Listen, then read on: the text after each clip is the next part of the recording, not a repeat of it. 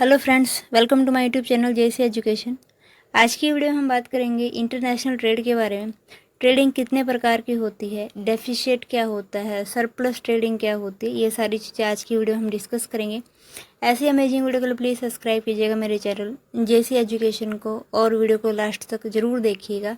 आज की वीडियो हम ट्रेडिंग से रिलेटेड सारे मेजर जो कॉन्सेप्ट्स हैं वो सारी चीज़ें हम क्लियर करते चलेंगे। तो चलिए स्टार्ट करते हैं आज की वीडियो को।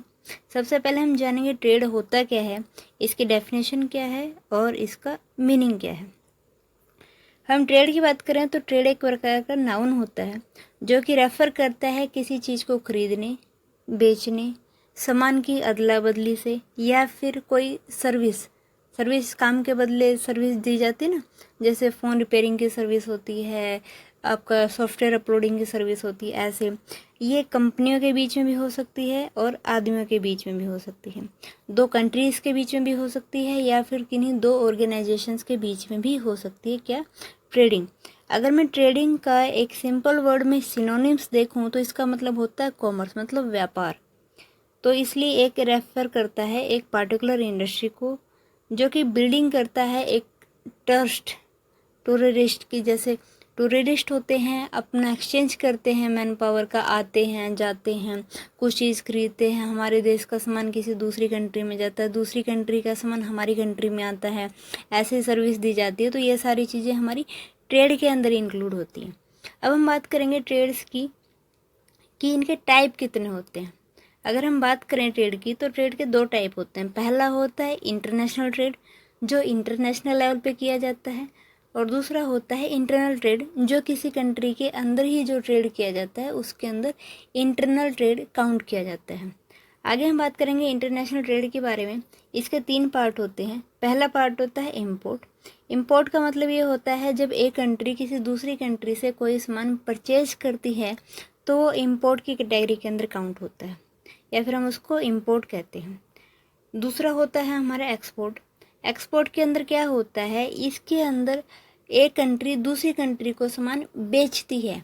बेचती मतलब जैसे इंडिया ने कोई प्रोडक्ट बनाया और वो जाके यूएसए के अंदर बेच रही है तो वो हम क्या कर रहे हैं, हम एक्सपोर्ट कर रहे हैं। तो इस प्रकार की जो डीलिंग होती है प्रोडक्ट की उसको एक्सपोर्ट ट्रेड के नाम से जाना जाता है। तीसरा होता है इंट्रीपोर्ट ट्रेड। इंट्रीपोर्ट ट्रेड का मतलब क्या होता है, जब एक कंट्री किसी दूसरी कंट्री से कोई प्रोडक्ट या कोई सामान खरीदती है, फिर दूसरी कंट्री के अंदर उसके अंदर कुछ चेंज करके या कुछ मॉडिफिकेशन करके अगली कंट्री को बेच देती है। जैसे मान लो हमने अमेरिका से कोई सामान खरीदा, उस सामान को हम इंडिया के अंदर लेके आए, इंडिया के अंदर लाके हमने उस सामान के अंदर डिजाइन के अंदर कुछ मॉडिफिकेशन की, कुछ सॉफ्टवेयर का चेंजेस किया और फिर हमने जाके उसी सामान को बांग्लादेश के अंदर बेच दिया। तो ये कैसा ट्रेड कहलाएगा, ये कहलाएगा इंट्रीपोर्ट ट्रेड। मतलब ये एक बिजनेस इंटीग्रेशन से रिलेटेड ट्रेड होती है जिसके अंदर रीसेलिंग का प्रोडक्ट किया जाता है। ठीक है, अब हम बात करते हैं इंटरनल ट्रेड की। इंटरनल ट्रेड का पहला जो पार्ट है वो होता है होलसेल। होलसेल मतलब ऐसे कोई प्रोसेस जिसके अंदर हम ह्यूज क्वांटिटी का कोई प्रोडक्ट मैन्युफैक्चर करते हैं और फिर उसको डिस्ट्रीब्यूटर और रिटेलर्स को बेच देते हैं ताकि वो फिर आगे जाके कंज्यूमर्स को उस सामान को बेच सके। ठीक है, यानी कि एक मिडल मैन की तरह काम करता है कौन सा, होलसेल। और अगर हम दूसरे की बात करें वो होता है रिटेल। इसके अंदर क्या होता है, इसमें रिटेलर्स कम अमाउंट में सामान को खरीदते हैं और होलसेलर से और फिर उसको सेल कर देते हैं कंज्यूमर्स को। तो ये जो लिंक जनरेट होता है ना, किसका, रिटेलर से सामान को कम उसमें खरीदना और फिर उसको दूसरी कंज्यूमर्स को बेच देना। ये ऐसा इसलिए किया जाता है ताकि हमें लॉस ना हो और मार्केट के अंदर जो डिमांड्स हैं वो इंक्रीज़ होती रहे, उस चीज़ के बिहाफ पे हम रिटेलिंग करते हैं। ठीक है, अगला आता है हमारा इंटरनेशनल ट्रेड। इंटरनेशनल ट्रेड क्या होता है, इंटरनेशनल ट्रेड एक ऐसा ट्रेड होता है जिसके अंदर हम किसी सामान को खरीदते हैं फिर उस सामान को बेचते हैं। अब इसमें गुड्स भी आती हैं, सर्विसेज भी आती हैं और ये दो कंट्रियों के बीच में होता है। जैसे इंडिया यूएसए हो गया, इंडिया रशिया हो गया, इंडिया जापान हो गया या जापान इंडिया हो गया, ऐसे करके इसके अंदर हम सर्विसेज भी करते हैं, इनका भी इंपोर्ट एक्सपोर्ट करते हैं और गुड्स का भी इंपोर्ट एक्सपोर्ट करते हैं। अब अगर किसी कंट्री के अंदर इम्पोर्ट ज़्यादा हो जाए एज़ कम्पेयर टू एक्सपोर्ट, मतलब हमने सामान को बेचा कम ख़रीदा ज़्यादा, तो उस कंडीशन में हम एक कैटेगरी में काउंट हो जाते हैं जिसको हम डेफिशिएट बोलते हैं। और अगर हम किसी कंट्री को इम्पोर्ट कम कर रहे हैं और एक्सपोर्ट ज़्यादा कर रहे हैं, इस कंडीशन में हमारा जो इंटरनेशनल ट्रेड का जो पोजीशन होगा वो सरप्लस में चली जाएगी। अगर कम होगा इम्पोर्ट तो चला जाएगा कहाँ पे, सरप्लस में चला जाएगा। और अगर कम ज़्यादा होगा तो कहाँ चला जाएगा, ए डेफिशिएट में चला जाएगा। ठीक है, आगे हम बात करते हैं फ्री ट्रेड क्या होता है।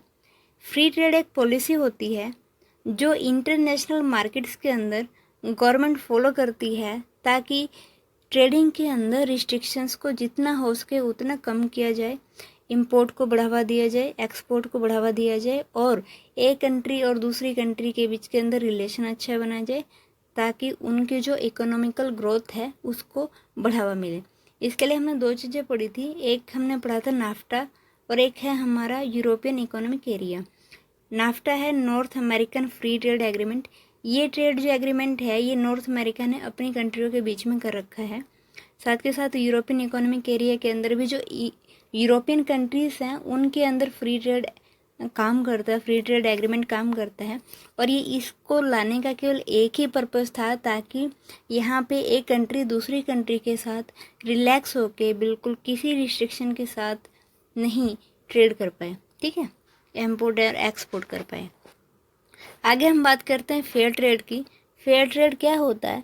फेयर ट्रेड और ट्रेड जस्टिस ये एक टाइप का मूवमेंट है जो प्रमोट करता है लेबर को कि रिजनेबल लेबर लगे, उनको रिजनेबल प्राइसेस मिले, इन्वायरमेंट को बढ़ावा मिले, सोशल स्टैंडर्ड का एक कैटेगराइजेशन किया जाए, गुड्स का और से ज़्यादा प्रोडक्शन किया जाए और ज़्यादा से ज़्यादा सर्विसेज को क्या मिले, बढ़ावा मिले।